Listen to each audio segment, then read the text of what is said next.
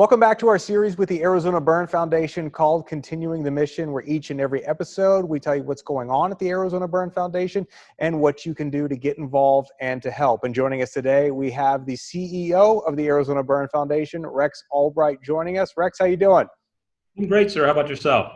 I'm doing okay. All right, Rex, we have done 6 episodes for Continuing the Mission. I know you've had the opportunity to go back and watch each episode. So kind of summarize some of your key takeaways here, some of the highlights. What have you been most impressed with as the team continues the mission?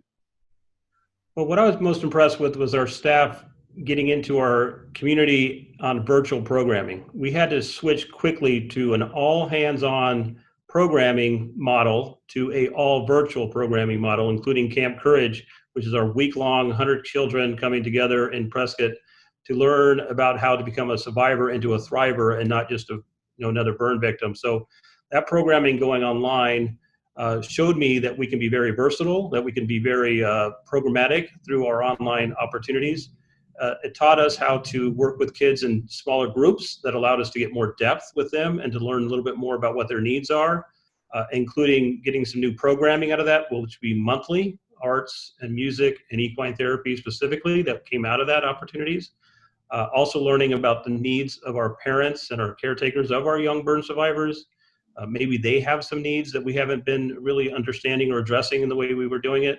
So now we have an ongoing monthly meeting with the parents about what they need and what they can do to help support each other and how we can help support them taking care of a young burn survivor.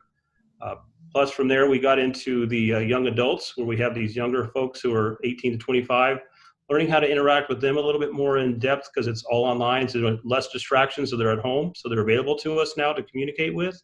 And from there, we created a 5-week art project that they were able to express their healing through art mediums, whether it be sculpture or painting, watercolors, and they end up having a virtual gallery available to show their families and friends to share what they go through to be a burn survivor.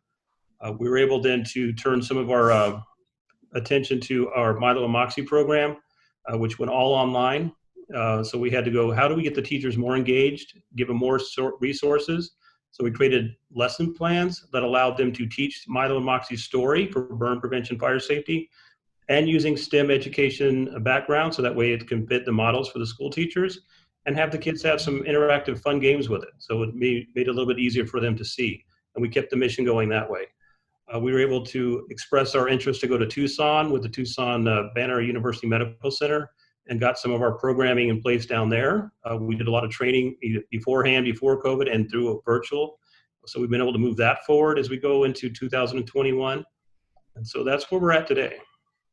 Yeah, and you mentioned all of these exciting opportunities, and despite the challenges, talk about your team at the Arizona Burn Foundation and the collaboration and the commitment and the requirement to really step up in this challenging time to help all these survivors and their families get through this.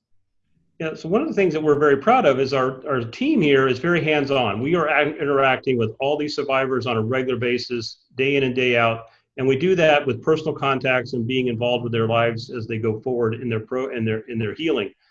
So we had to adjust quickly to an online environment, but we could not show that disappointment. And the team here came together and found the collaborative partners that we could use to make this feel as close to being together in this online environment. Some of those I'd like to call out specifically is Walter Hyde with our young adults. That's the 18 to 25-year-old range, and they're looking for things to do, and they're looking for activities that are more hands-on, a little bit more social. We were able to put them together on a 5-week journey of art, and they were creating their own art pieces. They were creating their own mediums to use their art to show their healing journey they're going through personally, shared it online through a virtual gallery. So they get to show their art to their friends and family virtually and express themselves and what they're going through and through the art medium. So that was a very beautiful program. And then working with Tucson Medical Center as we've expanded into Tucson areas, working with their team and their staff on how to be ready to impart our mission down in Tucson in a real meaningful way, doing this online. We've been able to start that programming earlier than maybe we could have if we were trying to do this in person because of staffing and driving and stuff. So now we're doing it in Tucson on a virtual platform currently today as a partner we love these partnerships and these collaborations that we're able to get through our staff. Yeah, and I'm glad you brought up Tucson, talking about continuing the mission. And then here we are, we're taping this right now. It's October of 2020. We're already looking into 2021. What's next for the Arizona Burn Foundation? Well, that's always the challenge. Whenever you're doing something, you always think of what can we be doing more and what depth can we have. And during the coronavirus time, we've had more time to reflect on how we deliver our mission. And one of the biggest things that we took from this was a lot of these new people that are interacting with us online or the way they're interacting online, we don't want to take that away from them. So what we're going to do from now forward is as we do programming, it will be offered in person for those who can make it, but also we'll have a virtual platform available to others who live out of the area or just don't feel comfortable being in this enclosed environment yet. So we're going to keep a virtual platform available to us as we move forward. One of the things that we talked about was holiday parties, because holidays are coming up. And some of our families love getting together at the holidays to see each other, to see old friends. We said, well, now we can't do that in that environment. So what are we going to do? So we're taking our holiday party on the road. Basically, it's a drive-by holiday Santa visit. We're going to 7 different communities throughout the state of Arizona in December, delivering the same things, presents from Santa, toys and crafts that they can take home to do on their own as families, as well as food gift cards so they can make their own meals and their own memories at home, since we can't have them in our own locations. So those are the biggest thing that we're doing for going forward is going to be our Milo and Moxie, because schools went virtual.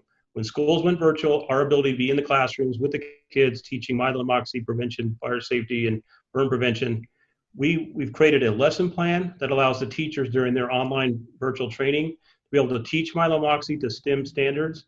We're actually creating an online app so the kids can interact with us online through the computers or their iPhones or their iPads that allow them to do games, which keeps it fun and interactive, but it also teaches them burn prevention, fire safety, and it's appropriate because each of the lessons end with a STEM activity that relates back to the Milo Moxie story. So those are the things that are coming up on the early horizon of 2021. And maybe in 2021, we can do another interview and we can talk about community risk reduction, which we're diving into first part of next year. Yeah, Rex, so many amazing things you guys are doing. Milo and Moxie just one of so many incredible programs. Thank you and the team for all your efforts helping the community get through these challenging times, helping those burn survivors and their families. Rex Albright, CEO of the Arizona Burn Foundation, thanks for joining us today. Oh, my pleasure. Thank you, guys. All right, we'll see you next time.